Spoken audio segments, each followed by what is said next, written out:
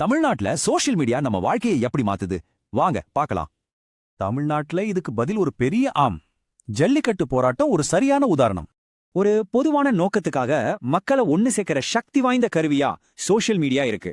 மாநிலம் தழுவிய போராட்டத்தையே இந்த டிஜிட்டல் தளங்கள் தான் வழி நடத்துச்சு. ஒருங்கிணைப்பு எல்லாமே ஆன்லைன்ல தான்.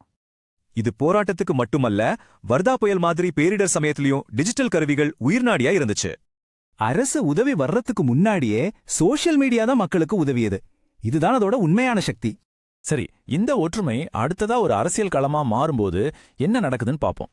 நேத்து மக்களை ஒன்னு சேர்த்த அதே கருவிகள் தான் இன்னைக்கு தமிழ்நாட்டோட அரசியல் போர்க்களமா மாறியிருக்கு.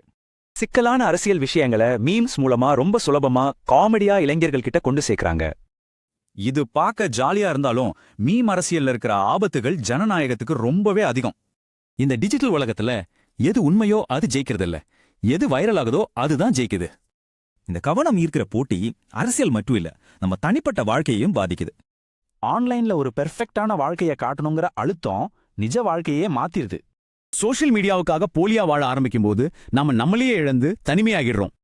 இப்படி மத்தவங்களோட நம்மள ஒப்பிட்டு பாக்குறது மனரீதியா பெரிய பாதிப்பை உண்டாக்குதுன்னு ஆய்வுகள் சொல்லுது.